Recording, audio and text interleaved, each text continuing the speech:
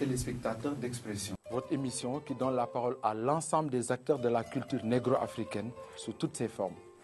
Aujourd'hui, nous avons le plaisir de recevoir un monsieur venu spécialement de France, monsieur Nicolas Fargue, qui a écrit une œuvre, un recueil de portraits intitulé « Attache le cœur ». Et ensuite, nous terminerons dans la deuxième partie par notre invitée, Madame Germaine Acogny, grande danseuse africaine, panafricaine, internationale.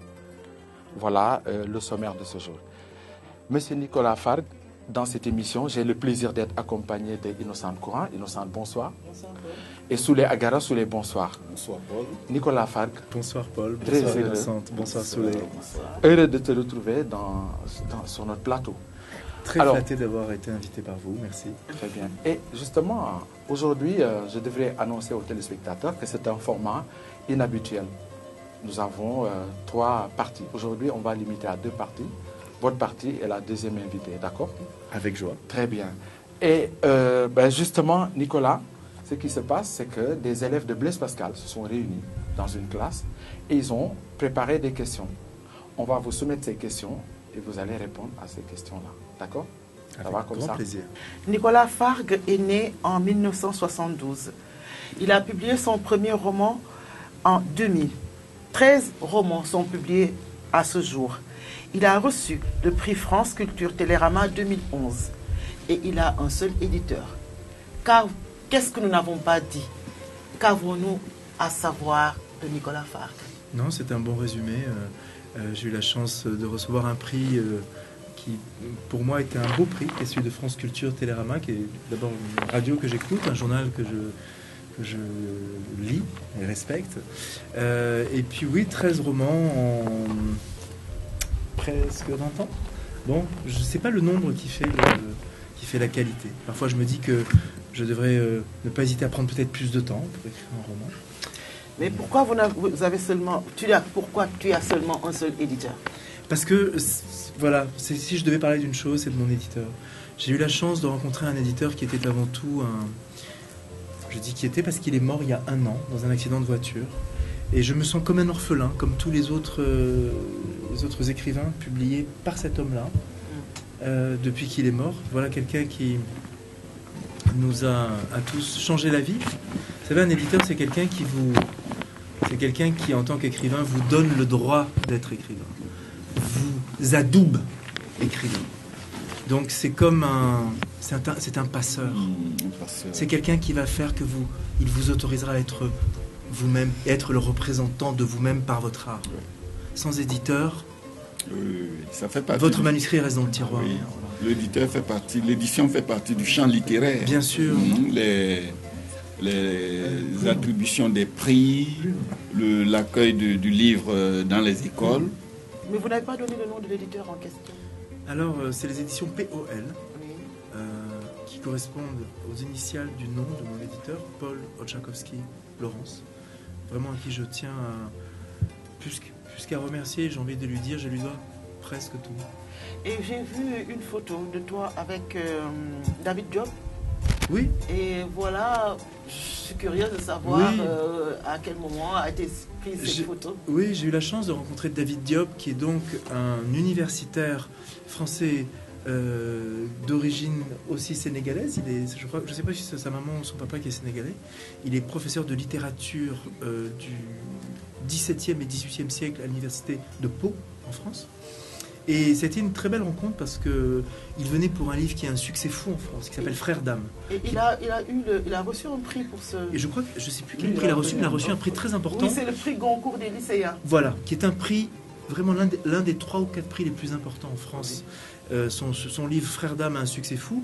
Il raconte l'histoire d'un tirailleur sénégalais sur le front en 1914. Ou en 1915, je ne sais plus exactement. Donc il s'inscrivait dans les célébrations du centenaire de la Première Guerre mondiale, mais surtout par son talent, il a réussi à conquérir un large public. C'est un premier roman qu'il publié, je crois. On a à peu près le même âge, il est peut-être un peu plus âgé que moi, il doit avoir peut-être pas loin de 50 ans.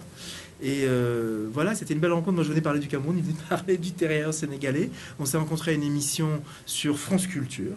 C'était quand? Il y a peut-être 1 mois, au mois de décembre 2018. Voilà, et On avait chacun choisi une chanson pour illustrer ce qu'on avait à dire. Lui avait choisi Ismaël Lo avec... voilà. Et moi, j'avais choisi Malox le Viber, ça sort comme ça sort. Donc tout de suite, nous allons commencer. Première question. Bonjour Nicolas. Je vais vous poser 2 questions. La première, c'est est-ce que votre séjour au Cameroun vous a-t-il changé? Et si oui, comment? Est-ce que mon séjour au Cameroun m'a-t-il changé? En fait, il ne s'agit pas d'un seul séjour, mais de 2, en fait. J'ai passé une partie de mon enfance au Cameroun. J'y suis... mes tout premiers souvenirs sont même des souvenirs camerounais. Lorsque j'y suis arrivé avec mes parents vers 1976, je me souviens de l'immeuble où nous habitions, au centre de Yaoundé, Montée Anne Rouge, pour ceux qui connaissent. Il y a une petite pharmacie, place de l'Indépendance, qui est vraiment spécifique et toute simple, une façade blanche et une croix verte peinte dessus. Quelle n'a pas été ma surprise lorsque, 40 ans plus tard pratiquement, en 2012, je suis retourné à Yaoundé pour la première fois et que j'ai revu cette place intacte avec cette pharmacie intacte. C'était quasiment mon premier souvenir conscient de petit enfant de 4 ans qui retrouvait la même image intacte, adulte. Donc, il y a évidemment ce... Quand vous avez comme ça l'enfance qui est si présente, attachée à un pays, c'est déjà beaucoup plus qu'un pays que vous allez visiter, c'est un pays qui est en vous déjà. Les 3 ans que j'ai passés entre 2012 et 2015 ont bien fait plus que me changer. Des fois, je me dis, est-ce que tu n'as pas vécu là-bas les plus belles années de ta vie? Vous savez, on a toujours l'impression que c'est demain les plus belles années, que c'est à venir. Parfois, on a peut-être l'impression d'avoir connu un pic où on était complètement soi-même, où on a pris la vie par les yeux, par le corps tout entier, et qu'on a appris peut-être à s'enrichir encore plus. Je ne parle pas d'argent, bien sûr. Je parle humainement. Et je pense que le Cameroun a été, si ce n'est le pic, l'un des pics. Ça a forgé votre personnalité. Forgé non, parce que la personnalité est là, mais disons que ça a apporté encore plus de nuances. Je suis, alors, très jeune, oui, bien sûr. Oui. Une chose très importante, quand j'étais en classe petit, j'étais déjà dans une école camerounaise, j'étais pas dans une école française, où nous étions une toute petite minorité, nous étions peut-être 2 blancs dans la classe. Et donc, dans l'esprit d'un petit garçon blanc qui arrive, ça vous montre déjà que le monde est vaste et que là où vous êtes en majorité quelque part, vous vous retrouvez en minorité ailleurs. Et que il n'y a qu'une seule chose à faire dans ces cas-là, c'est apprendre, observer, écouter. Ça vous apprend déjà très tôt à relativiser. Tout simplement. Oui, tout de suite, sans même des mots dessus. La réalité. Deuxième question. Comment vous créez vos personnages? Comment naissent-ils dans votre esprit? Je pense que comme tout artiste, la création d'un personnage ou l'inspiration de façon générale vient de 2 choses, vient de l'observation de la vie en fait. Pas une observation forcément consciente, mais on s'imprègne, on vit, le réel nous inspire et ce qu'on fait de ce réel-là. C'est-à-dire que pour prendre Attache le cœur, qui est mon dernier livre, il y a des personnages qui sont inspirés de personnages réels, sans forcément avoir repris leur nom, mais des situations réelles. D'autres qui sont un conglomérat de plusieurs personnes, qui forment des archétypes d'individus. Dans mes romans, c'est la même chose. Dans tous les romans qui ont précédé, ça part d'un petit, j'ai envie de dire, d'un éclat de réel, qui devient ensuite une divagation plus personnelle sur ma façon à moi de voir le réel. Je ne sais pas créer de toutes pièces des personnages comme Jules Verne a créé le capitaine Nemo pour 20 000 lieues sous les mers. Je ne sais pas faire ça. Moi, je sais faire à partir du matériau qui est le réel. Donc, il y a toujours, je pense, dans tout écrivain comme dans tout artiste, la personne qui vit comme tout le monde et un hologramme de lui-même qui est derrière et qui observe le monde. Et entre le personnage et l'histoire, qu'est-ce qu'il faut privilégier? Le ton. Pour que ça sonne juste, c'est pas l'histoire qui va vous toucher. Une histoire extraordinaire, racontée avec des phrases bourrées de clichés ou des évidences de langage, on va dire, sans saveur, ne va rien donner. Alors qu'une petite situation de réel, de rien du tout, toute banale soit-elle, si vous trouvez les mots, vous allez pouvoir émouvoir votre public. C'est la sincérité, en fait. La belle langue, c'est pas de la bonne littérature, c'est pas forcément de la belle langue. C'est des mots qui touchent. Des mots justes. Des mots justes, et des mots justes parfois il ne suffit pas d'avoir un vocabulaire très étendu. Il faut que ça vienne, comme on dit, du cœur ou des tripes, où la colère peut donner lieu à des mots très simples mais forts. Exact. D'accord. Question suivante. Bonjour Nicolas. Alors le premier de vos romans que j'ai lu, c'est Au pays du petit. Est-ce que vous diriez que c'est une bonne manière de rentrer dans votre œuvre ? Alors je dirais non, parce que c'est un roman, je me suis donné pour défi avec ce roman-là de créer un anti-héros absolu, un personnage désagréable, misogyne, amer, tout ce qu'il ne faut pas faire en fait. Tout ce qu'il ne faut pas faire pour un personnage a priori. Je me suis dit, et si tu faisais un héros de quelqu'un auquel le lecteur ne peut pas s'identifier ? C'est presque un défi littéraire que je me suis posé. Donc Oui, pardon. Et cette médiocrité-là, qu'est-ce qu'on en fait? On la rejette, certainement. Alors, c'est au lecteur de faire le travail. J'ai envie de dire qu'un livre, il y a deux personnages. Il y a l'écrivain, il y a une infinité de personnages, mais il y en a deux principaux qui sont celui qui l'écrit et celui qui le reçoit.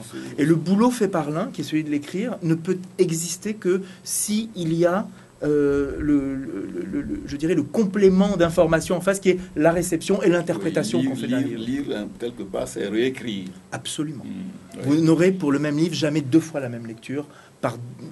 C'est multiplié par le nombre d'individus qui lisent. C'est pour ça qu'un livre n'appartient plus à celui qui l'écrit à partir du moment où il est publié. C'est juste. Rendu public, il appartient au public. Donc j'ai envie de dire que pour commencer, ça donnerait une image peut-être un peu faussée de la démarche qui est la mienne, qui peut aller dans tous les sens. Hein. Avec ce livre-là, j'ai envie de dire, j'ai voulu me rendre désagréable. Et au lecteur de rétablir ou pas. Parce que j'ai une lectrice assidue, parce que je crois qu'en une semaine, elle a dû lire trois œuvres de Nicolas Fargue. C'est une lectrice assidue qui est une collègue. Elle me dit qu'elle a adoré Je ne suis pas une héroïne. Elle aime Attache le cœur, mais elle déteste Au pays. Je comprends ça très bien. On ne peut, comme on dit, on ne peut pas plaire à tout le monde. On ne peut pas tout le temps plaire non plus. Je fais ce qui m'avait semblé à ce moment-là une évidence, et je ne regrette pas d'avoir écrit ce livre, parce qu'il a des enseignements aussi. Je pense que le lecteur, il agit comme un répulsif. On vous envoie un spray répulsif, vous allez l'éviter. D'accord ? J'ai envie de dire que ce livre est fait pour être évité. C'est-à-dire, tout ce que le héros professe, eh ben, c'est au lecteur de se positionner, de voir ce qu'il y a peut-être à prendre entre les lignes de ce que dit le héros, ou à rejeter en bloc. Ça permet de prendre parti contre, en tout cas. On ne prend pas toujours parti pour, on peut prendre parti contre. D'accord. Ce livre invite à prendre parti contre. D'accord. Question suivante. Alors, dans vos romans, on constate que vous parlez beaucoup de l'apprentissage des langues. Je me demande si vous êtes polyglotte et quelle importance vous prêtez à la polyglossie. Alors, je ne parle pas à proprement parler de l'apprentissage de langue. Je fais intervenir des gens dans leur propre langue, sans toujours traduire d'ailleurs. Pourquoi ? Parce que j'estime que il n'y a pas de langue reine comme il n'y a pas de peuple roi. Il y a une infinité de cultures, une infinité de langues, et j'aime garder une langue dans son jus. C'est-à-dire que le lecteur, s'il ne comprend pas, c'est pas grave. Il aura peut-être saisi quelque chose quand même. Parfois, il m'arrive de traduire quand c'est utile pour la compréhension de l'intrigue. Là, pour le dernier, j'ai mis quelques mots en néwondo.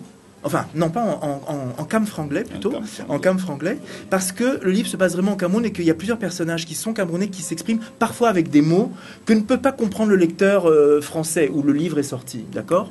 Donc, à commencer par le titre, Attache le cœur, c'est une expression qu'un français, on va dire lambda, ne peut pas comprendre. Oui.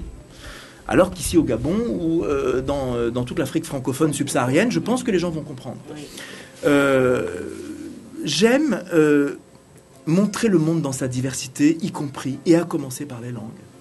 Parce qu'on est avant tout... C'est Albert Camus qui disait « Mon pays, c'est ma langue ». Par souci de réalisme. Par souci de réalisme, absolument.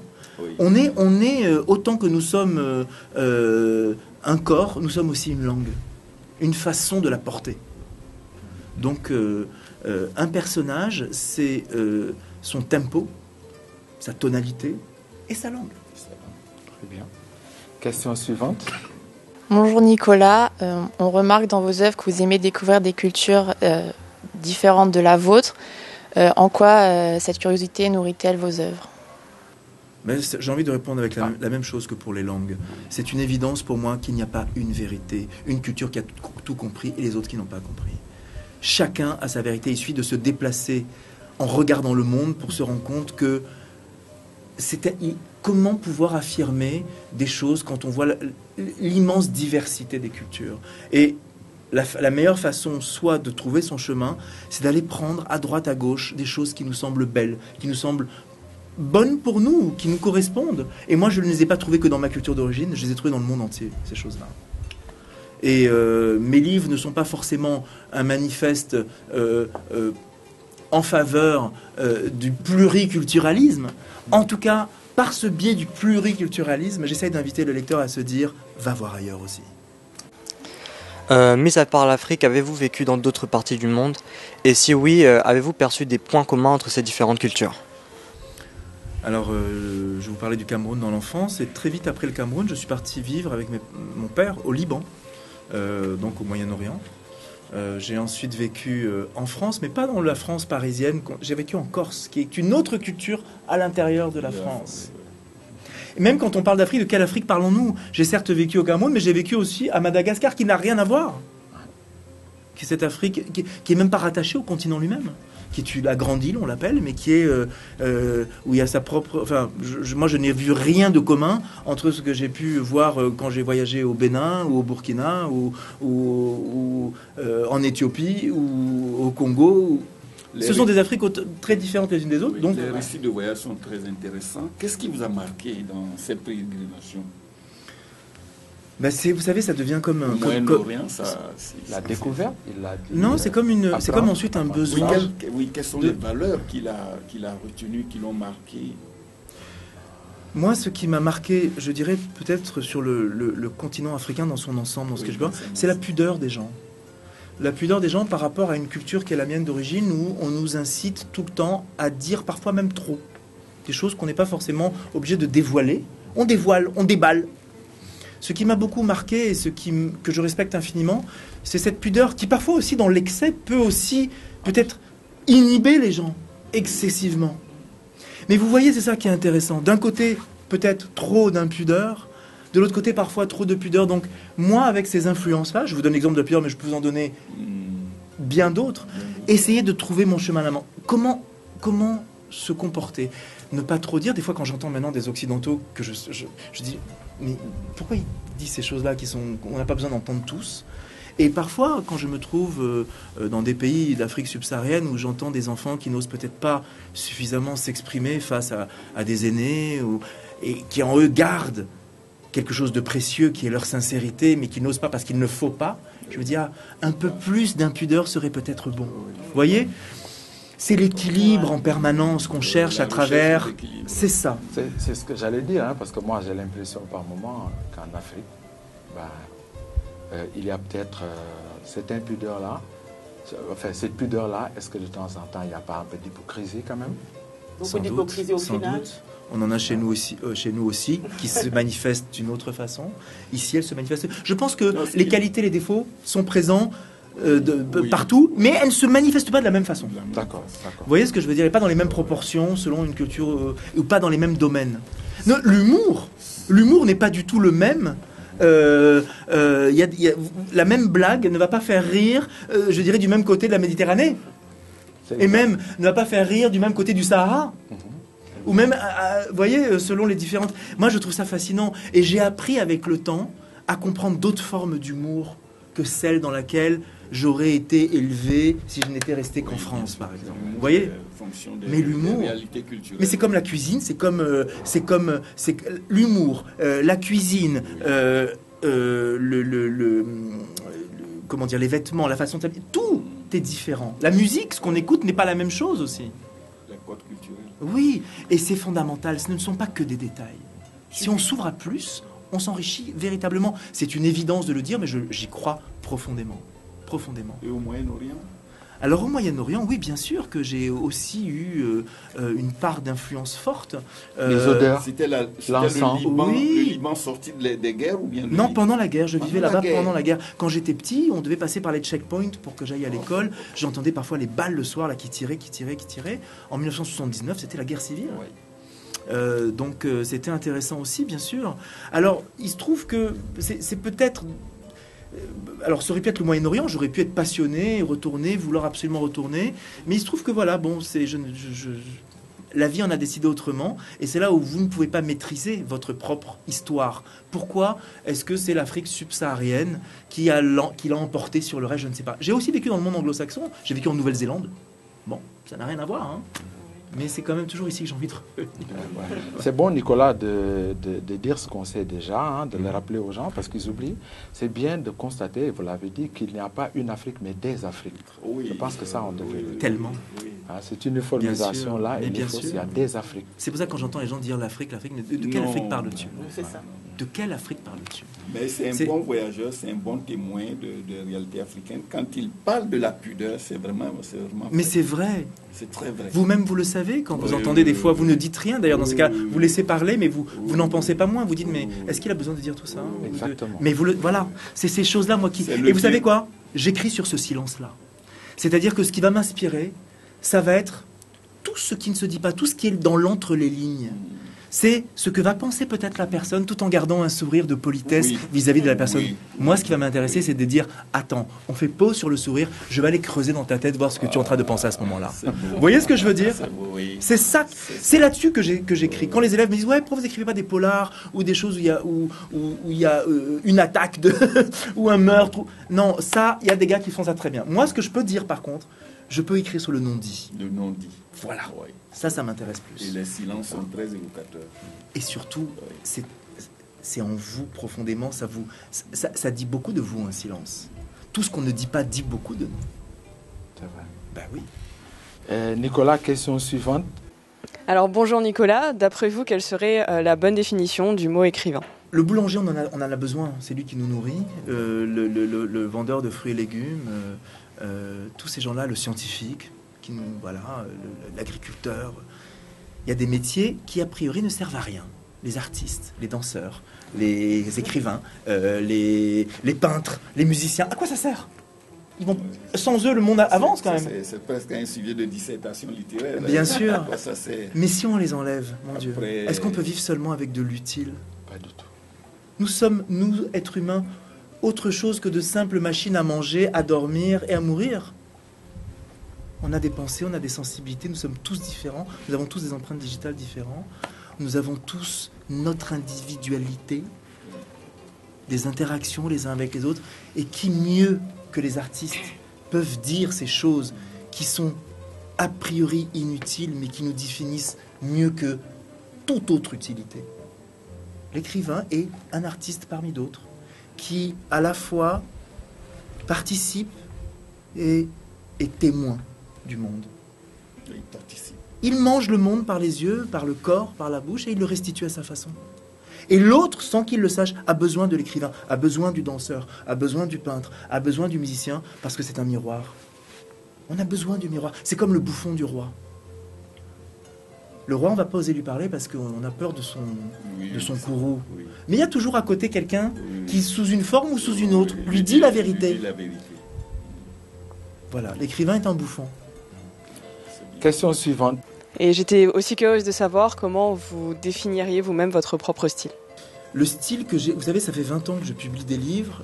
Au début, je me disais, écrire, c'est faire... Il faut que ça soit beau, il faut que la musique soit belle. Comme beaucoup de gens pensent que c'est comme ça qu'il faut faire. Donc, j'essaie de sortir des mots avec 3 syllabes, 4 syllabes, des adverbes, des adjectifs, tout ce qui sonne, quoi, tout ce qui brille. Avec le temps, aujourd'hui, à bientôt 47 ans, je me dis, mais en fait, l'art, c'est que ça ne se voit pas. C'est le vêtement où on ne voit pas la couture. C'est comme si, voilà, le vêtement était né sur vous, comme ça. Où le geste était tellement parfait qu'on ne voit pas tout le travail de répétition qu'il y a derrière pour arriver à ce geste parfait. C'est la même chose avec l'écriture. Je voudrais que ça puisse sembler complètement naturel. Que le lecteur ne se rende pas compte des heures, des mois, parfois des années de travail qu'il y a pour écrire un roman. Et justement, combien de temps ça vous prend? Parce que j'ai vu la biographie, presque chaque année correspond à un titre. Oui. Alors, combien de temps ça vous prend pour publier, non, pour écrire? Un an. Je dirais que la rédaction... C'est chaque année, ça veut dire... Alors non, non, l'écriture et puis la publication, ça peut coïncider comme ça peut, enfin, qu'il s'explique. Entre 6 mois et 1 an, à peu près. Et en plus, je n'écris pas avec un plan préalable. J'ai besoin d'un début. Vous savez, c'est comme le rappeur qui a besoin d'un instrumental et qui attend le flow, qui attend que ça vienne. Et hop, une première phrase détermine la suite. Moi, j'ai besoin d'un incipit. J'ai besoin d'une accroche. Et après, ça va se dessiner petit à petit. On a l'impression, parfois, on dit « Waouh, qu'est-ce que ton roman est bien construit ?» J'ai envie de lui dire « Mais tu sais, j'ai rien construit, ça s'est construit tout seul, en fait. » Il n'y a pas de canevas de départ. Non, je ne suis pas un architecte qui fait d'abord le plan sur le papier. Moi, j'ai envie de dire, je commence parfois, si on prend une maison, je commence par poser la chaise et je construis la maison autour de la chaise. Et je termine peut-être même par les fondations. Très original. Voilà. Bonjour Nicolas, d'après vous, quels sont les thèmes essentiels qui traversent vos romans? C'est toujours les mêmes depuis le début. Oui. C'est tout ce qui est confrontation plus ou moins avouée entre les opposés, sociales, les puissants, les soumis, les riches, les pauvres, interculturels, le nord, le sud, les noirs, les blancs. C'est pas une vue En trop amour, simplifiée l'homme... du monde. Pardon? C'est pas une vue trop simplifiée. Mais vous savez que c'est dans les oppositions les plus simples, dans le yin et le yang, qu'il y a toutes les nuances rentrent à l'intérieur de ça. Est-ce que mais bon, peut-être pas, c'est peut-être pas la fonction de l'écrivain, mais pourquoi vous ne cherchez pas à résoudre? L'écrivain n'est pas là pour résoudre. Voilà. Qui est l'écrivain pour résoudre? C'est Dieu? Non. Oui. L'écrivain est un témoin parmi d'autres qui dit moi, je vois comme ça. Il restitue la réalité, il présente comme le dit le yin et le yang, le positif et le négatif, mais on ne sort pas de l'antinomie, on ne sort pas de l'antagonisme, on reste il n'y a pas dans le conflit permanent. Alors, je pense qu'il n'y a pas de positif et négatif. Nous sommes tous en nous une somme de positif et de négatif. Le yin et le yang étant chacun de nous. Oui, il n'y a pas les gentils et les méchants. Oui, mais dans le tissu social, il y a la France d'en haut, la France d'en bas, les pauvres, les riches, les pauvres. Oui. Comme dans vos œuvres, dans les nouvelles que j'ai lues, il y a les prostituées, il y a les marginaux, il y a ceux qui vivent bien. Oui, mais tous ces gens sont des humains. Quand même le tissu social, mais il y a quand même, c'est comme s'ils ne vivent pas sur la même planète. Oui, mais je pense qu'il y a beaucoup plus d'interactions qu'on croit dans les oppositions. Malgré oui, voilà, ce que je veux dire, c'est que je ne divise pas le monde en des choses qui ne se touchent pas. Je pense que tout est toujours plus complexe que ça en a l'air. Tout. On peut très facilement critiquer quelqu'un qui est tout en haut, qui a toute la richesse, etc. Et si on rentre dans sa tête, peut-être que les choses ne sont pas si simples. Peut-être que la personne est entourée de gens qui ne lui laissent pas le choix. En bas, on peut imaginer quelqu'un qui a l'air complètement une victime, pauvre, tout ce qu'il faut, mais vous voyez qu'à la maison, peut-être que c'est un tyran. Moi, c'est ça qui m'intéresse de voir, c'est que nous ne sommes pas uniquement d'un côté ou de l'autre d'une ligne imaginaire qui serait un équateur des comportements. Non. Belle image. On passe notre temps à le franchir, cet équateur. Oh, vous vous levez ce matin, vous êtes de bonne humeur, il sera passé, vous allez vous coucher d'une humeur exécrable. Qu'est-ce qui s'est passé? En vous, il y aura un procédé chimique qui aura été conditionné par les gens que vous aurez rencontrés. Vous pouvez être un jour d'une grande générosité et demain égoïste. D'une grande magnanimité. La même personne, il existe plusieurs pôles. Vous avez des caractères dominants, évidemment. Mais à l'intérieur de ces caractères dominants, heureusement, ça serait ennuyeux s'il y avait les gentils, les méchants, les égoïstes, les généreux. Non, c'est toujours plus complexe que ça. La littérature sert à ça, sert à dire le monde n'est pas aussi simple qu'on veut nous faire croire. C'est ce qui fait la différence entre on va dire une telenovela, où il y a des caractères méchants, oh, pure et gentille, oh, belle-mère mal intentionnée, patriarche sage. Non, c'est pas ça la vie. Mais on va aborder peut-être une question tout à l'heure par rapport à ces œuvres. Il y a certainement un projet derrière, au-delà de l'écriture. Est-ce que vous, par interférence avec d'autres supports, vous n'aimeriez pas que ces personnages-là soient mis sur écran? Non. Je n'écris pas pour être mis au cinéma. C'est un autre art. C'est un autre art. Moi, ce que je sais faire, c'est me servir d'un outil qui s'appelle les mots. Vous me demandez, là, de mettre une caméra pour filmer ce que j'écris. Je ne sais pas où la mettre, la caméra. Je ne sais pas où la mettre. Tout est là. Et l'adaptation de mes romans au cinéma, il y a de grandes chances que je ne les reconnaisse pas. Je veux dire, c'est quoi ce film finalement? Quel est le rapport avec mon livre? Déjà, rien qu'une chose, moi j'ai pas dans ma tête le visage de mes personnages. J'ai pas envie de le voir incarné sur un écran. Évidemment, je ne vais pas dire non. C'est toujours, vous savez, on a tous un orgueil un peu enfantin en nous. On veut être aimé, on veut être admiré, on veut qu'on nous porte au pinacle. Donc oui, si on me dit demain tu as tel prix littéraire, oui, je suis content, c'est ma médaille, c'est ma carotte. Non, mais le cinéma fait partie des carottes pour un écrivain, mais c'est pas une obsession. J'essaye avec le temps de me dire, essaye plutôt d'écrire un bon livre.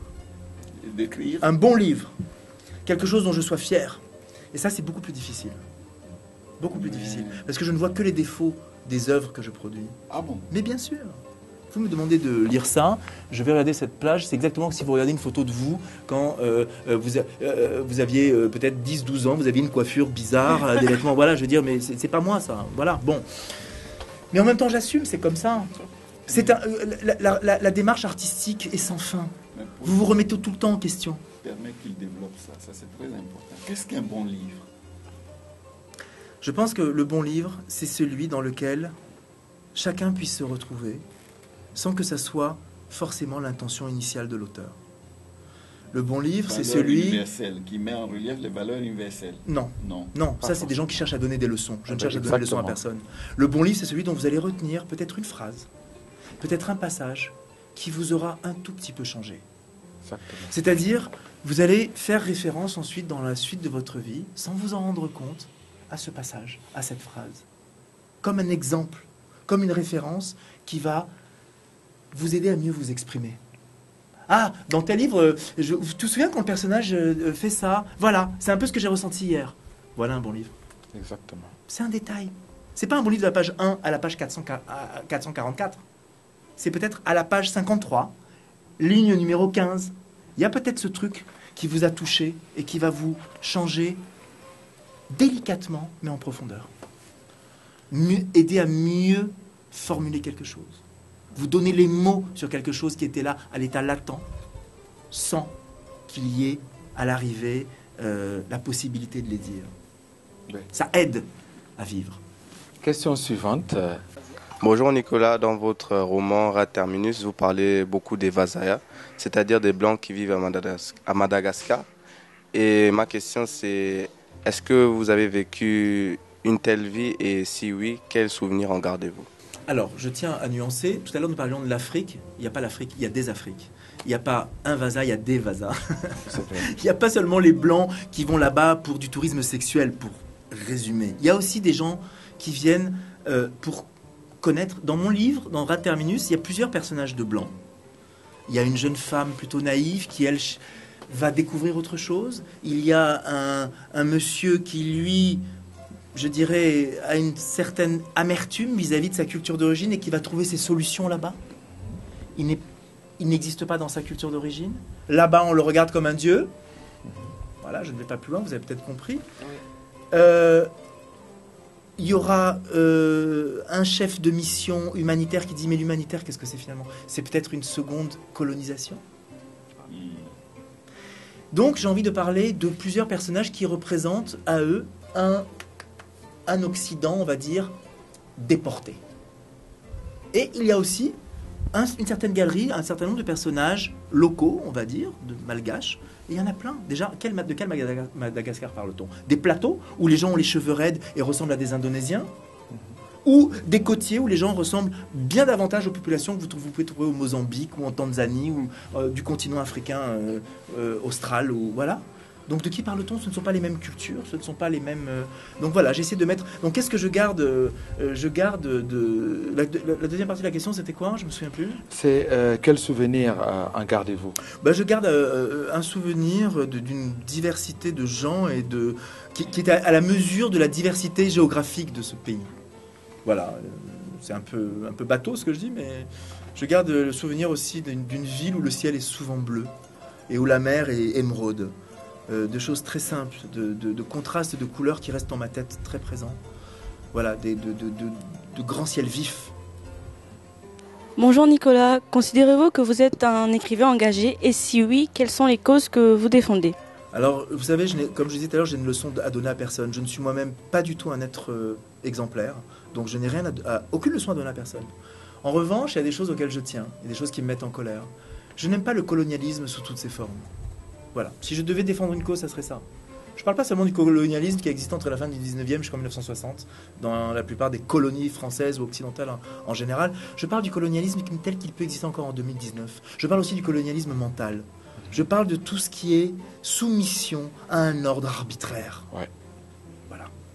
Mais c'est un peu par propos en filigrane qu'on voit cette dénonciation. C'est pas très pris en compte. Parce que vous savez quoi? Oui. Je n'aime pas affirmer les choses de façon trop limpide.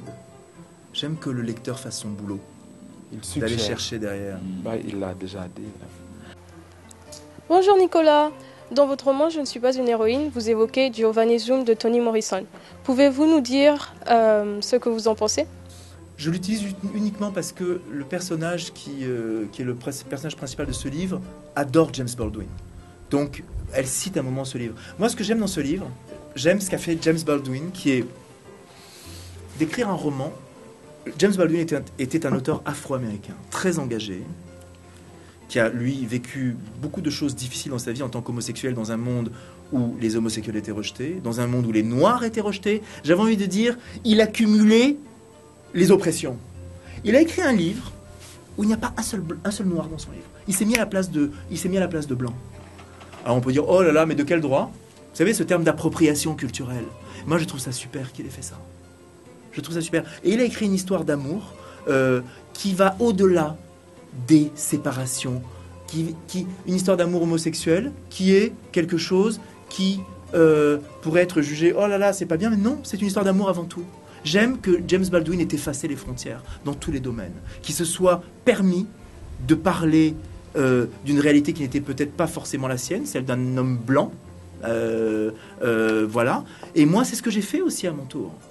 Si je me suis permis d'écrire un livre comme Attache le cœur, où j'essaie de me mettre à la place de femmes, d'hommes, de jeunes, de vieux, de noirs, de blancs, c'est grâce aussi à des gens comme James Baldwin qui ont ouvert la voie.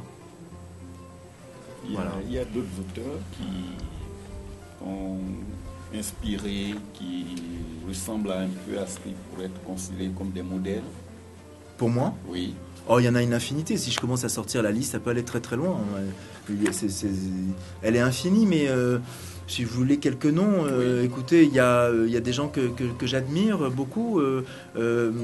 J'aime un écrivain tchèque qui s'appelle Milan Kundera, par exemple, qui m'a beaucoup influencé quand j'ai commencé à écrire à l'âge de 16-17 ans.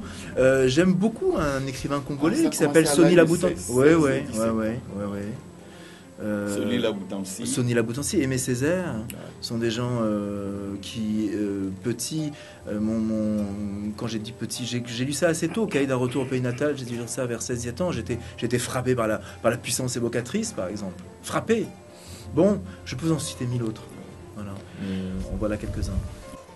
Bonjour Nicolas, je voulais savoir qu'est-ce qui vous a amené à l'écriture? Je ne sais pas.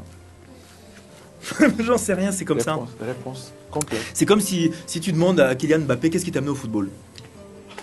Alors, je n'ai pas le talent littéraire que Kylian Mbappé a pour le football, mais je dirais que c'était là, ça a toujours été là. Je ne le savais pas et puis un jour je l'ai su. C'est comme, vous savez, c'est comme pourquoi est-ce que tel fruit pousse sur telle terre?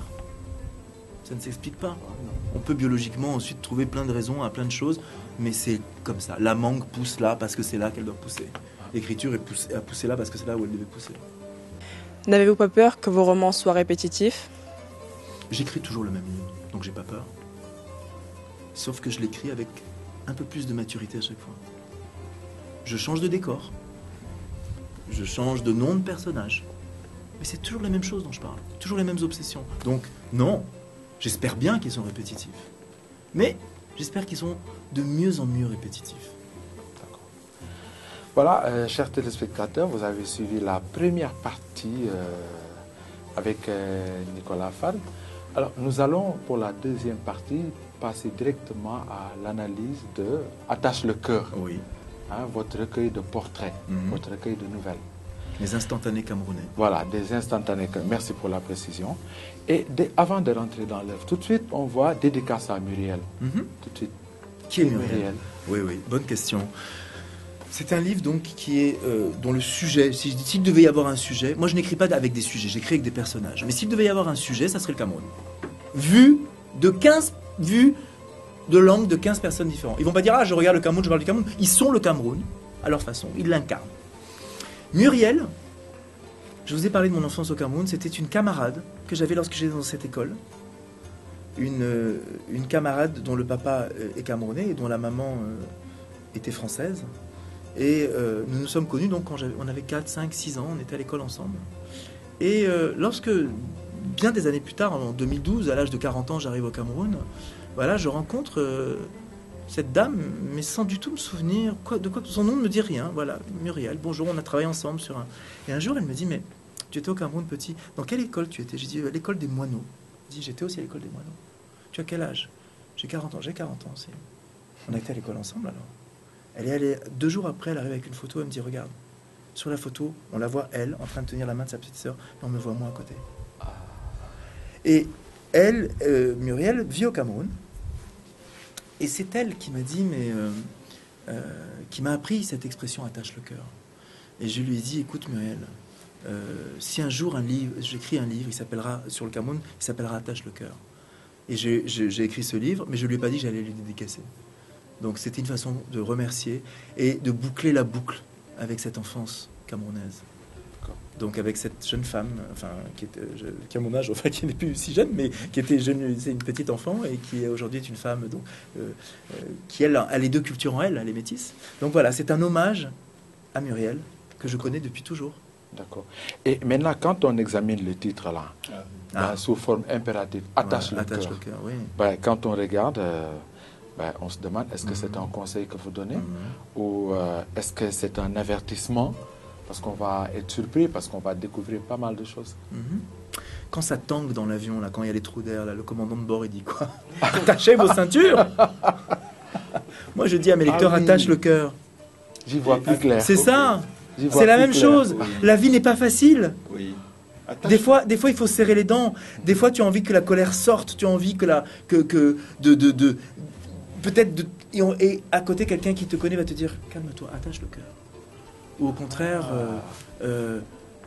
en anglais, il y a un mot. Mais c'est une traduction des langues africaines. Oui, bien sûr. En français, l'expression n'existe pas. Anglaise. Mais vous savez, brace yourself. Mais je préfère attache le cœur. Moi, ce que j'aime, c'est que moi, quand j'étais au Cameroun, il y a des Camerounais qui me disaient, mais vous, les Français, vous ne savez pas parler français. Nous, on sait parler. Je suis d'accord avec ça. Une expression comme attache le cœur, c'est magnifique. Nous, on l'a pas trouvé, c'est les Camerounais qui l'ont trouvé. Ou peut-être on l'utilise au Gabon aussi. Je ne sais pas si on l'utilise. Je pense pas qu'on l'utilise au Sénégal. Vous l'utilisez non. Mais en tout cas, moi, j'ai trouvé cette expression magnifique. Les gens réinventent la langue. Je ne dis pas que les Français savent parler. On sait le parler aussi, mais il y a autant de Français qu'il y a de pays qui parlent français.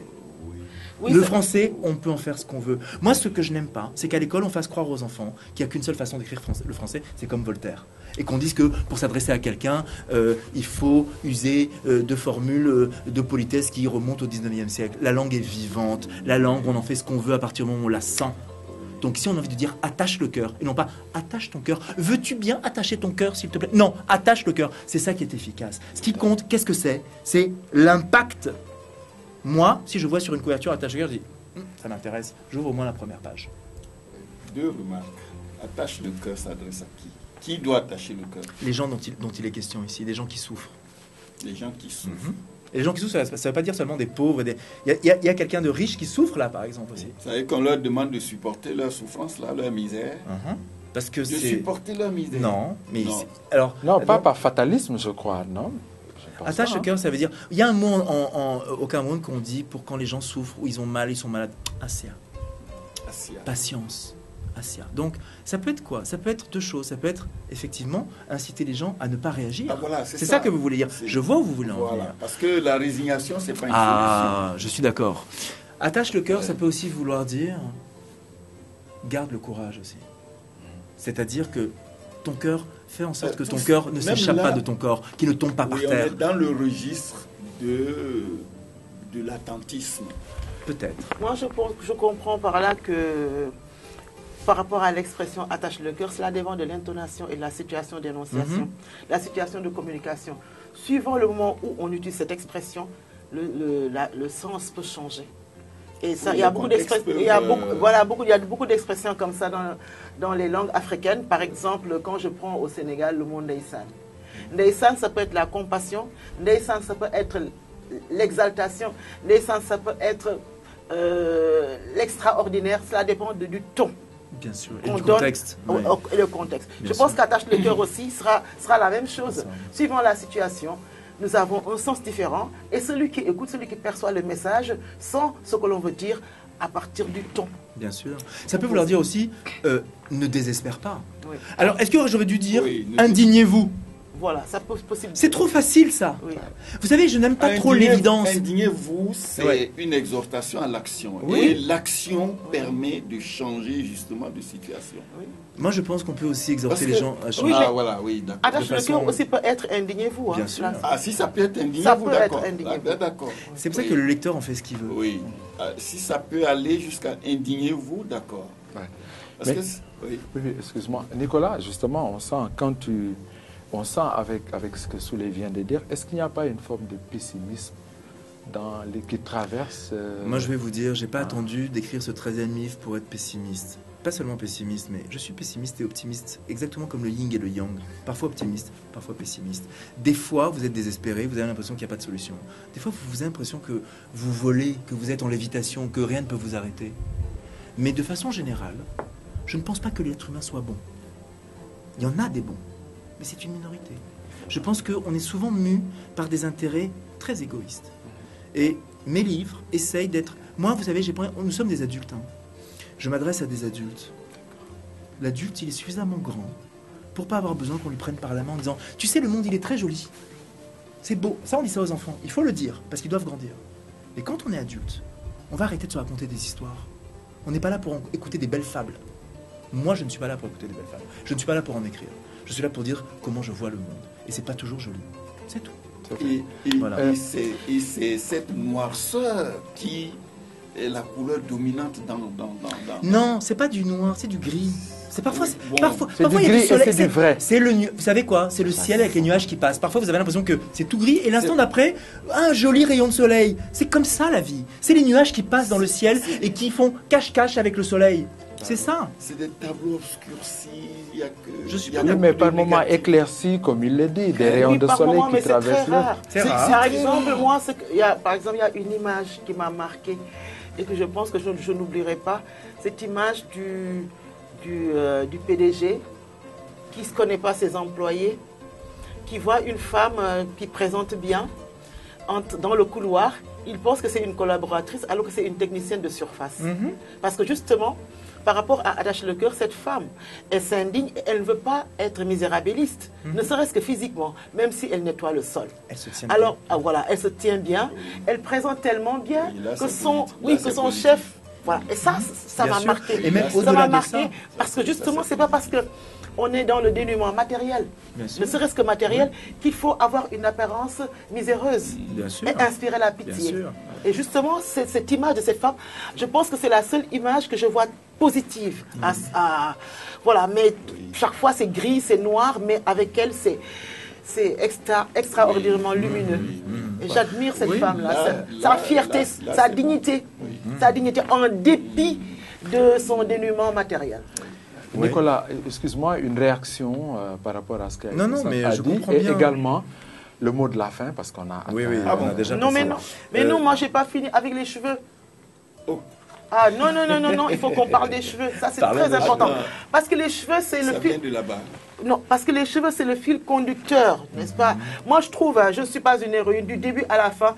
Si je devais résumer par un seul mot, ou bien deux mots, je ne suis pas une héroïne. Je dirais le cheveu noir, le cheveu nègre, le cheveu crépus. Là, on parle d'un roman qui s'appelle Je ne suis pas une héroïne, dont l'héroïne est une jeune Française de 30 ans, d'origine camerounaise. Qui ressemble à Lupita Nyong'o. Dont les autres disent que c'est Lupita Nyong'o. Elle dit mais je ne ressemble pas. C'est les Blancs qui pensent que je ressemble à Lupita Nyong'o. Ils pensent peut-être qu'on se ressemble tous, donc ils disent Lupita Nyong'o. Mais elle ne trouve pas qu'elle ressemble à Lupita Nyong'o. En revanche, ce qu'elle voit tout le temps, c'est des gens qui passent leur temps, sans demander l'autorisation, à mettre ses mains dans les cheveux. Parce qu'ils ne savent pas faire la différence entre des vanilles, des tresses, des tissages, des cheveux passés au fer chaud, relaxed, comment on dit en français, défrisés. Oui. Donc ils touchent, je dis, mais hier je t'ai vu avec des cheveux courts, aujourd'hui quand t'es avec des cheveux longs comme ça, qu'est-ce qui s'est passé? Ils ne savent pas que, il y a le tissage, qu'il y a des extensions, ils ne savent pas. Oui, mais alors, ils ne savent pas qu'il y a ces choses-là. Donc, et les gens passent leur temps à dire, c'est des vrais cheveux, c'est vrai, c'est vrai. Et donc, j'ai voulu utiliser avec cette image récurrente tout au long du livre, 3-4 fois les gens qui disent, ce sont des vrais cheveux, elle ne donne jamais la réponse d'ailleurs. C'est un appel à elle-même, à sa propre authenticité. Ce qui veut dire qu'au final, moi je ne sais pas si elle a ses vrais cheveux ou bien elle a mis des cheveux en plastique, comme ça arrive très souvent, ou bien elle a les cheveux d'une autre personne sur la tête. Je ne sais pas. Moi, je ne sais pas ce qu'elle a comme cheveux. Et ça me dérange beaucoup parce que moi, j'ai compris que les Africaines ont d'énormes problèmes. Je le répète tout le temps et je n'arrêterai pas de le répéter. Les Africaines ont d'énormes problèmes avec leurs cheveux. Je pense que les problèmes qu'elles ont avec les cheveux, c'est ce qu'elles ont avec leur vie en général. Elles se cherchent. Elles se cherchent en passant du plastique à je ne sais pas quoi. Après, c'est les cheveux de quelqu'un d'autre. Après, c'est une perruque qui imite, voilà, je sais pas. Au final, alors que moi je pense que les cheveux naturels, comme il n'y a pas une culture supérieure à une autre culture, je pense que pour la texture des cheveux, l'apparence des cheveux, il n'y a pas un type de cheveux plus beau qu'un autre type. Ça dépend de ce qu'on en fait. Absolument. D'accord? Maintenant, mais il faut, je pense que si tu n'as pas de mission, cette fois-ci, ta mission sera de dire aux Africaines d'arrêter de mettre des cheveux en plastique. Attends, alors, mais il risque de passer pour un donneur de leçons. Non, pas du tout. Innocent là-dessus. Oui. Tu sais que la façon de vivre ses cheveux... Et on va terminer par là, Nicolas. Oui, mais c'est la façon de vivre ses cheveux noirs en Occident et en Afrique, ses cheveux crépus, n'est pas du tout... Là-bas, c'est politique. Parce que en minorité, les femmes, ça va avoir encore plus de sens de se laisser les cheveux naturels, par exemple. De ne pas passer trop de temps le matin à se rendre les cheveux, à se les coiffer, parce qu'il y a eu dans la nuit, peut-être que ça a fait des nœuds ou quoi que ce soit.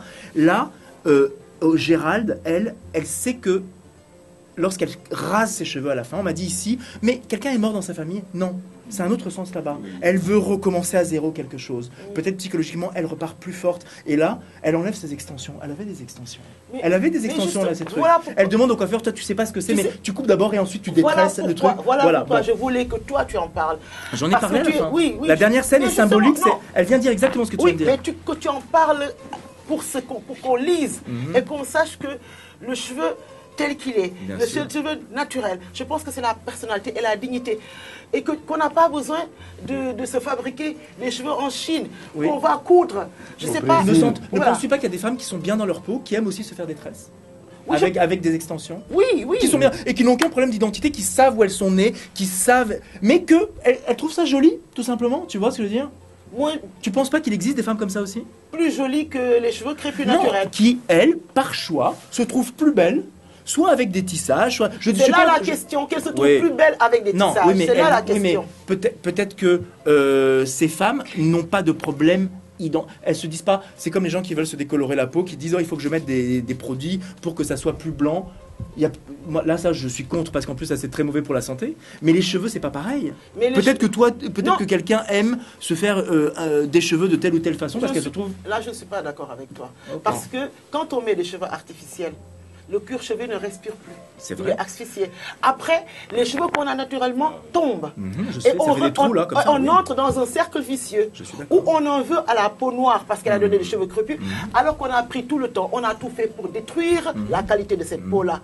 Après, qu'est-ce qu'on se retrouve avec des perruques qui n'ont rien à voir avec le reste du visage. Et là, on revient au mot de colonisation mentale qu'on utilisait tout à l'heure. Voilà, absolument. Colonisation mentale, c'est la dernière expression et qui, je le crois, recouvre les sentiments engagés d'Innocente et nos sentiments à nous, parce qu'il y a un bon bout de temps que nous condamnons ces ports de perruques, etc. Et il y a quelques semaines, on a organisé, lors d'un de nos plateaux, on a parlé de ces juges africains qui ont des perruques blondes, là, comme les lords anglais, là. Oui. Voilà, ça nous choque, on a dénoncé avec la dernière énergie. Ils ont des perruques du XVIIe siècle, voilà. Voilà, juste un dernier mot, Nicolas. Non, juste merci d'avoir pris le temps de lire mes livres, de vous être interrogé sur ces livres, d'avoir trouvé des questions à me poser. C'est toujours un honneur en fait. Ça ne va pas de soi. Voilà, moi je voudrais vous dire merci de m'avoir lu et de m'avoir donné la possibilité de m'exprimer à la télévision. Merci beaucoup Nicolas, chers téléspectateurs. Et surtout merci aussi aux élèves du lycée Blaise Pascal d'avoir également posé toutes leurs questions. Voilà, merci à tous. Merci beaucoup. Merci et le professeur Monsieur Géga. Ah, Monsieur Christophe Géga, bien sûr. Voilà, toute l'équipe de lettres de Blaise Pascal qui s'est attelée sous la direction de ce professeur-là à organiser tout cela. Merci, chers téléspectateurs. Nous allons passer à la dernière partie de notre émission. Format spécial, deuxième partie, nous allons parler de Germaine Acogny, grande dame, chorégraphe, danseuse africaine, panafricaine, internationale. À tout à l'heure.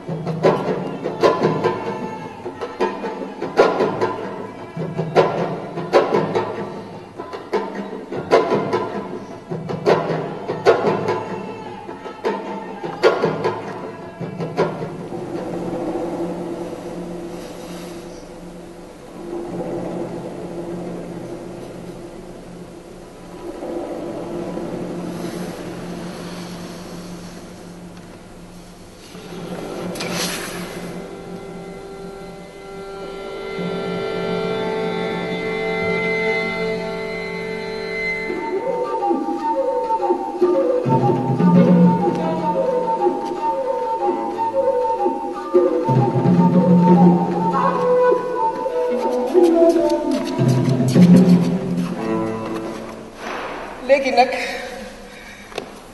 dama ñëw tabax suma kër su ma ko tabaxee dama koy tabax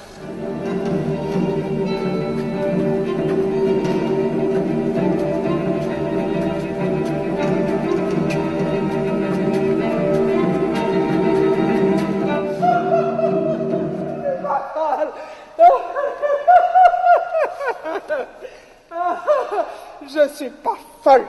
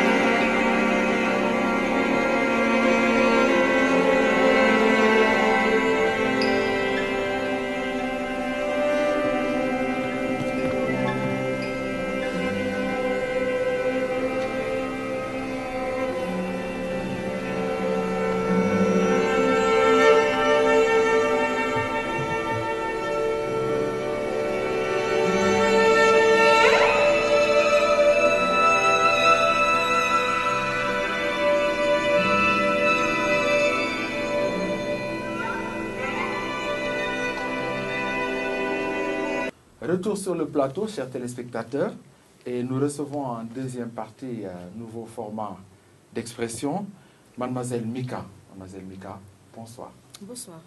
Mademoiselle Mika, vous venez là pour nous parler de Germaine Acogny, qui a été votre professeur au Sénégal, dans l'institut qu'elle a créé, l'école des Sables, une école de danse, de chorégraphie. Très bien, nous allons écouter Germaine Acogny se présenter. Mais vous d'abord, qui êtes-vous? Je suis Mika Tinga, d'origine béninoise et gabonaise. Je suis danseuse, formateur et chorégraphe, danseuse-interprète. J'ai fait l'école des Sables 2 fois, en 2005 et en 2012. Et j'ai reçu justement la formation de Maman Germaine, comme on pourrait l'appeler familièrement là-bas. J'ai fait mon école de danse ici au Gabon. Au retour de l'école des Sables, justement, pour pouvoir enseigner la technique. Vous avez ouvert une école de danse? Oui, au Gabon. Ah, bravo, c'est bien. Voilà. Ben, on aura l'occasion d'en parler hors antenne pour ne pas faire de la publicité. D'accord. Mais ils vous voient déjà, ils sauront de quelle école il s'agit. Oui. Très bien, donc on va commencer avec mes compagnons que vous connaissez déjà, Innocente et Soulé. Voilà. Et on va d'abord voir l'image de Germaine Acogny. Nous nous sommes déplacés au Sénégal, nous l'avons rencontrée, nous avons eu ce bonheur-là. Et voilà ce qu'elle nous a dit.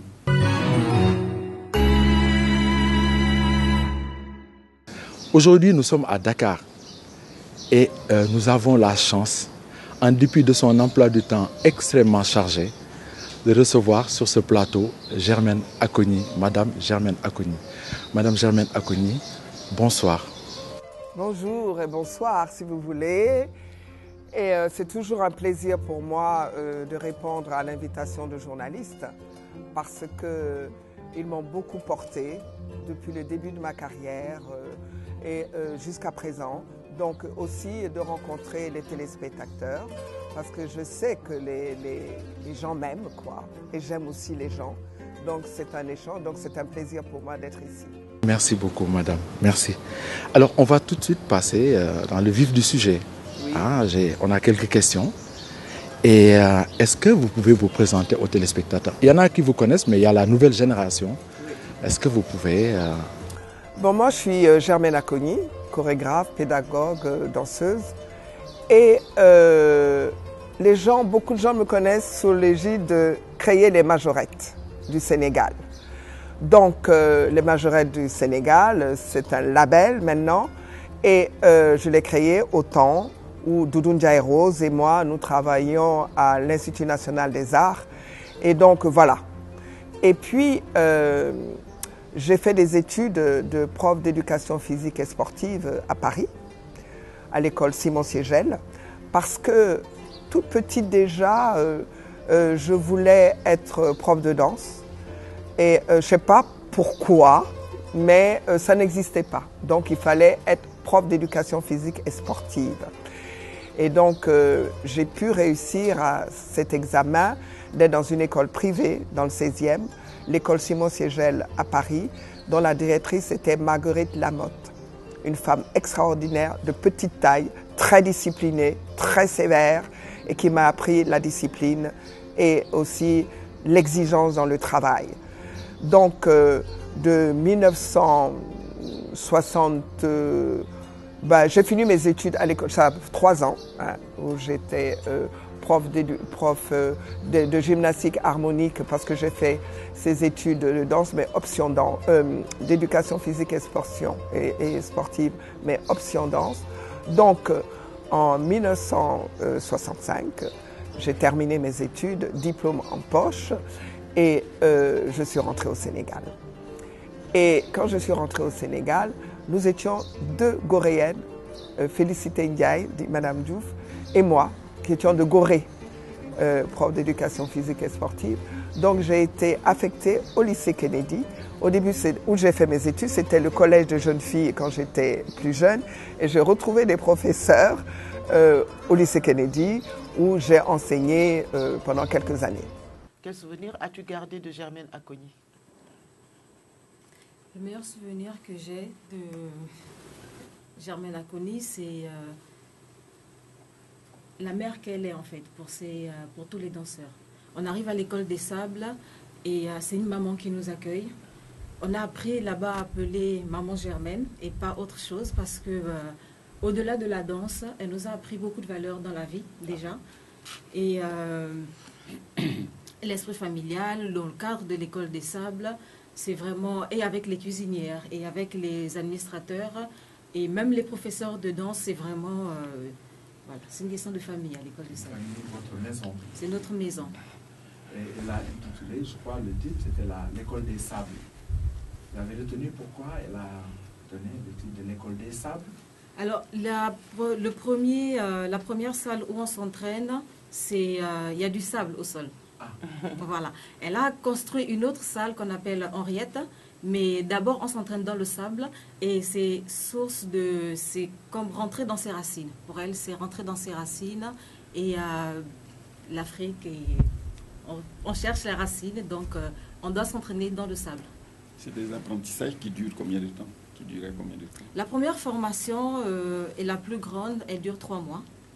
Elle dure 3 mois et on a 4 différents professeurs. Il y a certains pour la danse, d'autres pour le théâtre, parfois de la musique. Ça dépend vraiment du titre du stage. Oui, mais avant de venir, si la formation dure 3 mois, avant de venir à cette formation-là, vous avez déjà une expérience. Les danseurs ont déjà une expérience de la profession. Alors, au départ, les stages, c'est pour la danse contemporaine. Et au départ, chaque danseur vient d'abord avec sa spécificité. Dans le jazz moderne, ça peut être la danse classique, parfois la danse traditionnelle. Mais on vient surtout pour apprendre la danse contemporaine. D'accord. Vous êtes allé vous installer en Europe. Après, vous revenez au Sénégal. Pourquoi?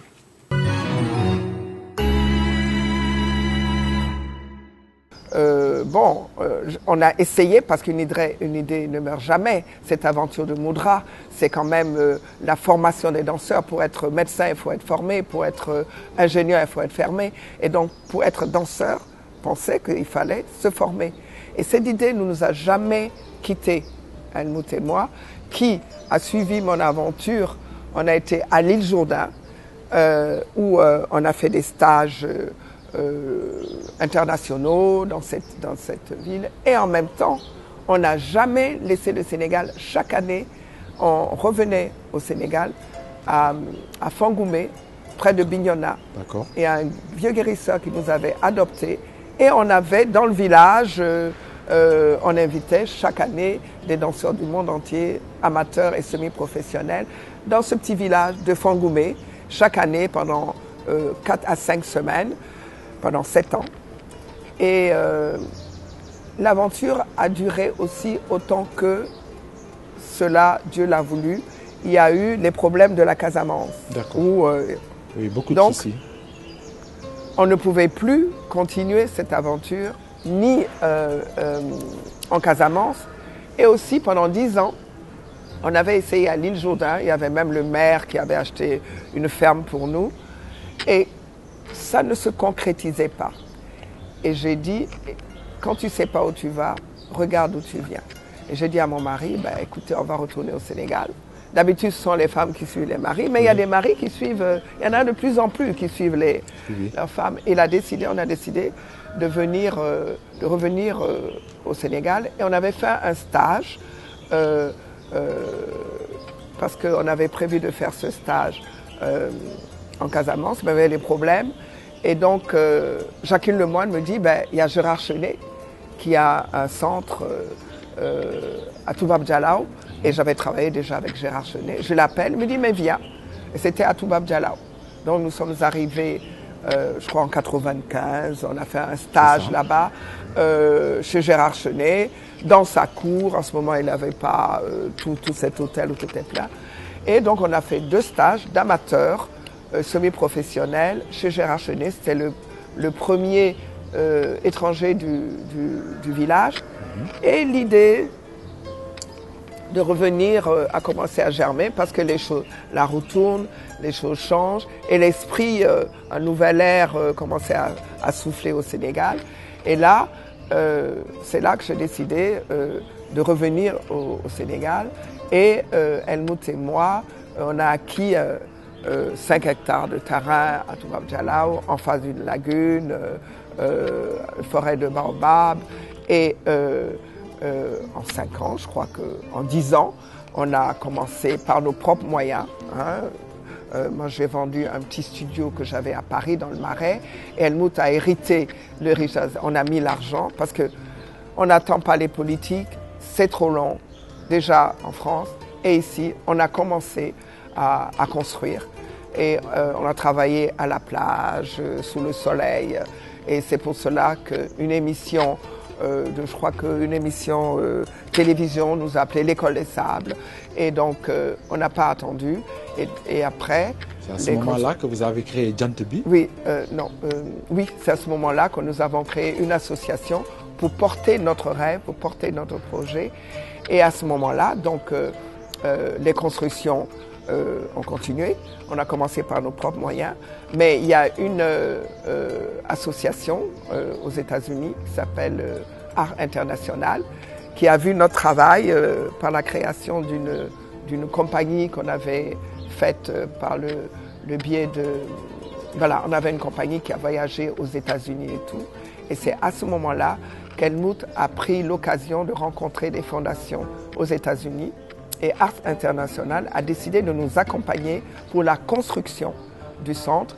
Et plus tard, 5 ans plus tard, la communauté européenne nous est venue en aide pour finir la construction. Vous voyez, vouloir fermement ses pouvoirs. Et donc, bien sûr, il y a d'autres associations qui nous ont aidés, mais pour la construction, c'est la communauté européenne et Art International. Et en 2004, voilà, on a fait l'inauguration de ce qu'on appelle le village de la danse, la maison mère de la danse africaine, l'École des Sables. Est-ce qu'il y avait un intérêt pour elle d'ouvrir une école en Afrique, au Sénégal?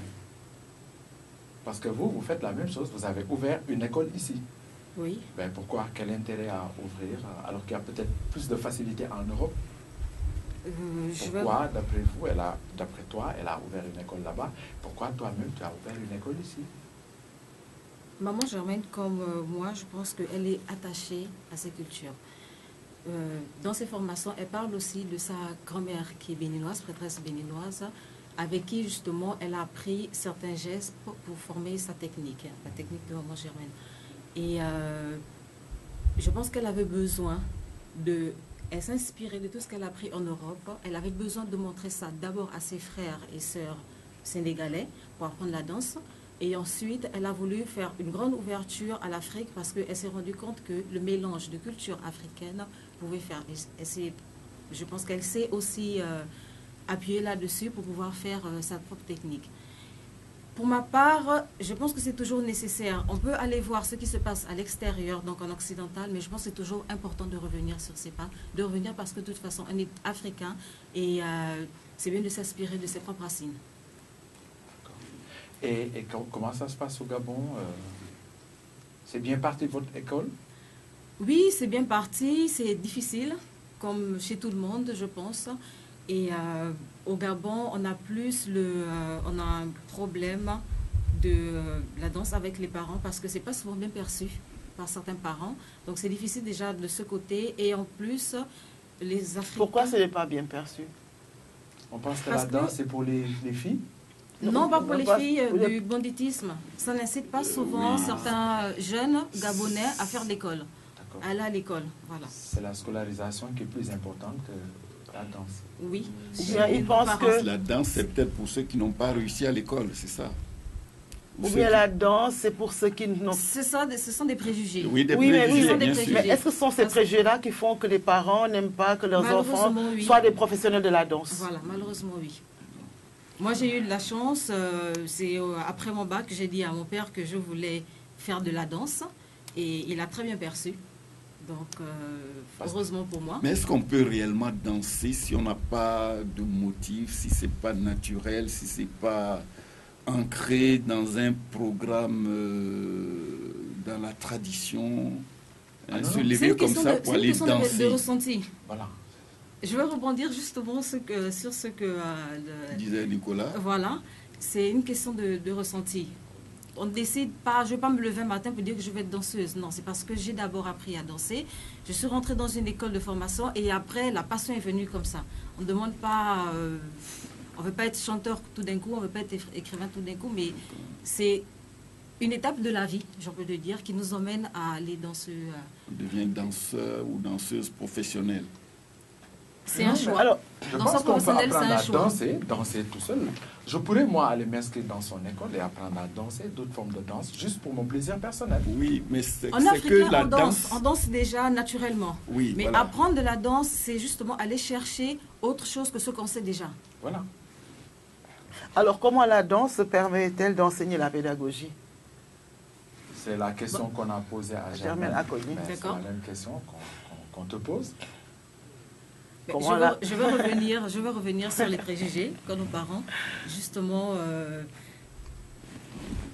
dans la première phase, je pourrais dire que la pédagogie déjà aide nos jeunes frères et sœurs gabonais justement à ne pas penser que c'est parce qu'on n'a pas réussi dans l'école qu'il faut revenir sur la danse pour essayer de gagner sa vie. Parce que la danse, c'est aussi une école à la vie. Moi, pour ma part, ce que j'ai formé, parce que j'ai aussi formé des danseurs, il fallait même leur apprendre la règle de la vie.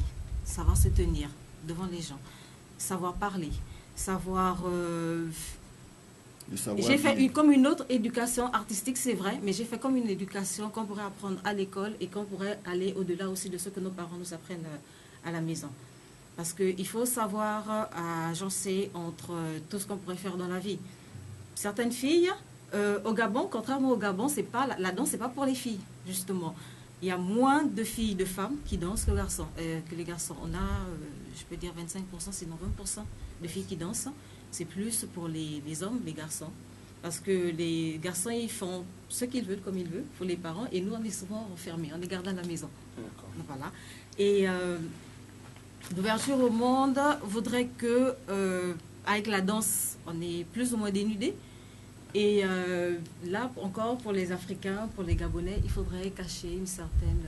partie du corps. La question de la pudeur auquel exactement. je faisais allusion tout à l'heure. Mais les qualités physiques, quelles qualités faut-il avoir pour bien danser? Physique, qualité physique. Mais mes qualités... La souplesse. Il n'y a pas de qualité à proprement dit. La souplesse. Ouais, la souplesse. Ce qui veut dire que tout le monde pourrait être pour être danseur. Tout le monde peut danser. Pour ma part, tout le monde peut danser. J'ai pris dans mon école des gens qui savaient déjà bouger et qui ne savaient pas danser. C'était plus facile pour eux, mais il y a des gens qui ne savaient même pas faire un pas pour des noirs. Juste mettre un pied devant l'autre pour marcher. Voilà, par exemple. Mais avec la pédagogie, justement, on apprend à faire connaître aux danseurs, prendre état de son corps, savoir ce qu'il peut faire. Parce qu'après, il faut que le danseur sache comment se servir de son corps. On n'a pas tous la même morphologie. Et donc, il faudrait justement pouvoir sentir et ressentir justement les pulsions de ce que son corps justement nous emmène à avoir. Et quelles sont les danses que vous enseignez? La danse tradie moderne, la classique et le jazz moderne surtout. La salsa? La salsa, oui. Voilà un monsieur qui viendra probablement s'inscrire chez vous dans quelques semaines sûrement. Et j'insiste pour qu'il aille le faire. Voilà. Je crois que j'ai une question pour Germaine. Hein. Oui. En 1968, elle a créé une école de danse. Pour quelle raison?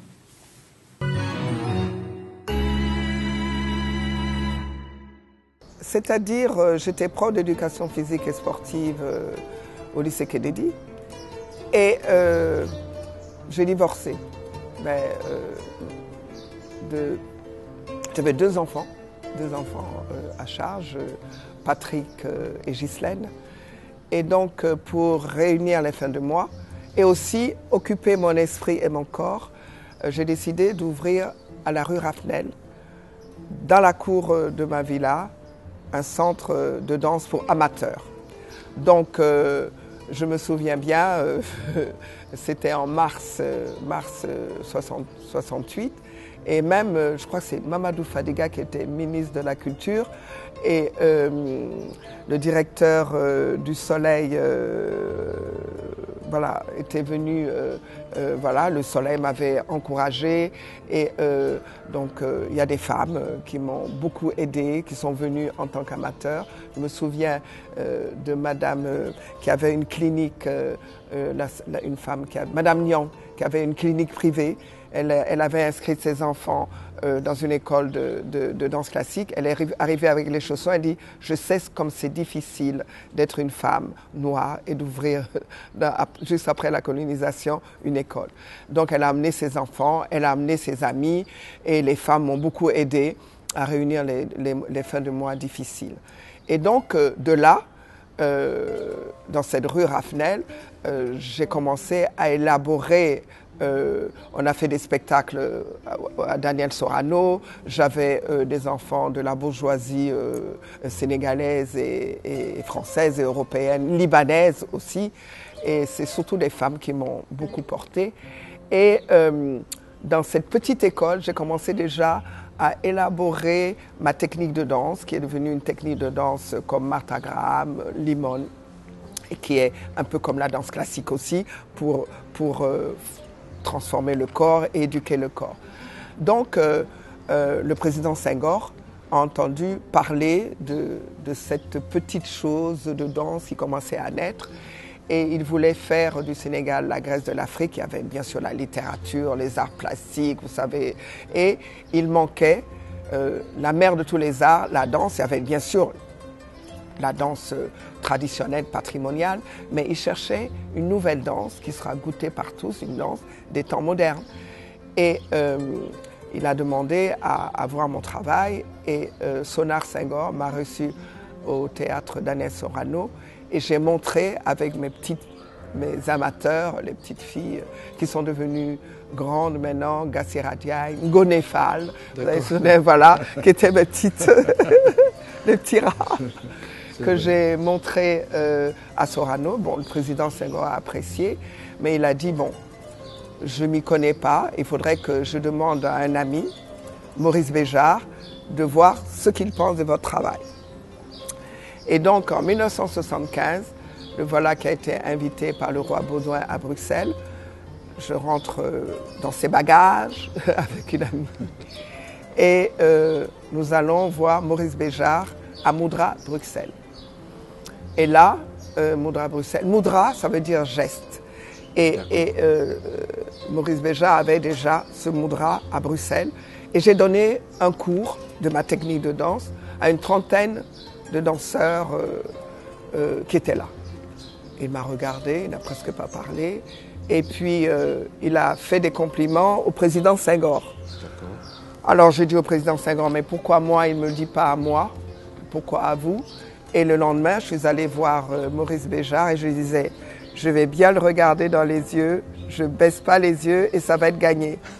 Et donc, bon, lui, il a baissé les yeux, mais ça ne veut rien dire.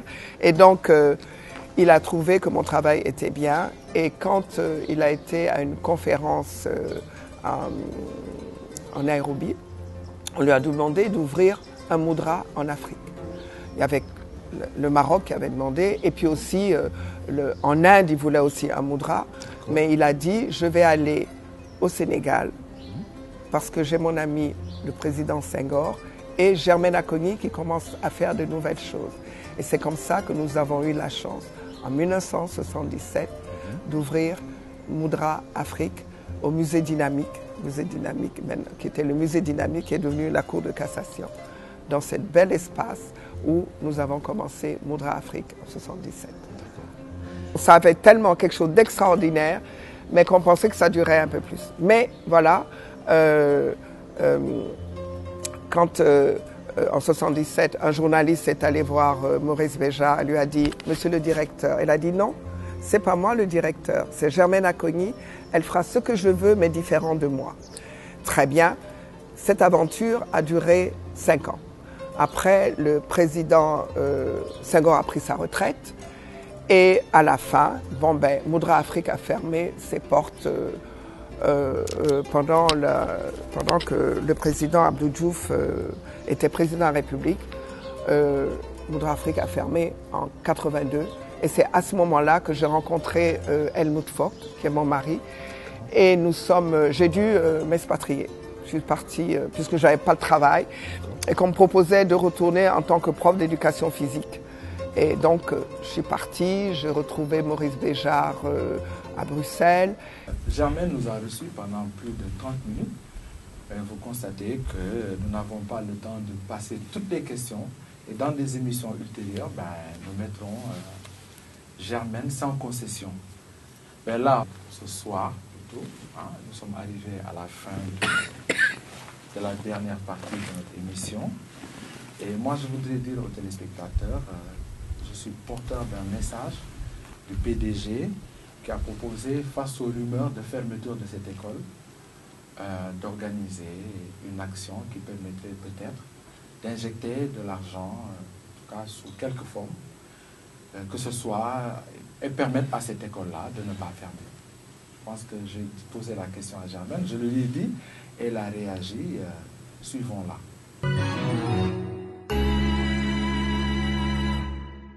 Eh bien, ce sera avec plaisir, parce que, bon, toute contribution, même de 1 euro, c'est bon. Et malgré tout, on aide aussi les jeunes. Et ce que nous faisons, ça aide les jeunes à rester chez eux et ne pas partir ailleurs. Ils vont voir ce qui se passe ailleurs et reviennent. Ça aide à ne pas que les jeunes prennent les pirogues et partent. Chers téléspectateurs, merci d'avoir assisté à Expression de ce soir.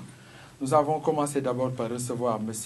Nicolas Fargue, qui nous a parlé de sa vie, de son inspiration, questions posées par les élèves de Blaise Pascal. Puis nous-mêmes, nous sommes rentrés dans l'œuvre en lui posant des questions particulières par rapport à son œuvre Attache le cœur, qui est un instantané de la vie, de son vécu au Cameroun. Et ensuite, nous avons terminé par Mika, qui nous a fait le plaisir de venir également sur notre plateau. Ancienne élève de Germaine Acogny, cette grande danseuse africaine, panafricaine internationale. Et voilà, nous terminons notre émission sur cette note. Merci d'avoir été avec nous. Revenez-nous plus nombreux.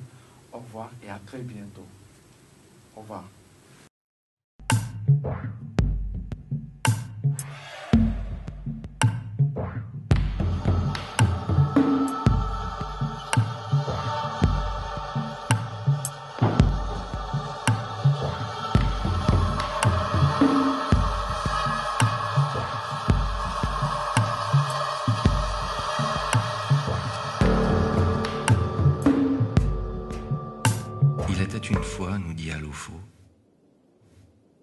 Un homme qui passait pour sage dans son village, pour sage dans son pays. Tiviglititi, c'était son nom. Chaque matin, il allait saluer le souverain, discuter avec lui des affaires du royaume et terminait toujours son discours en disant « Tu sais où tu es né, mais non où tu mourras. »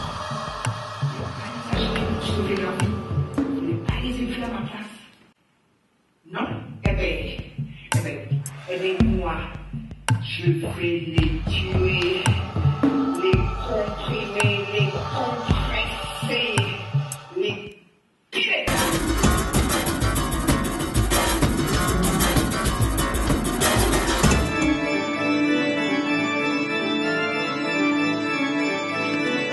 Arrêtez de me mettre de la farine sur le visage.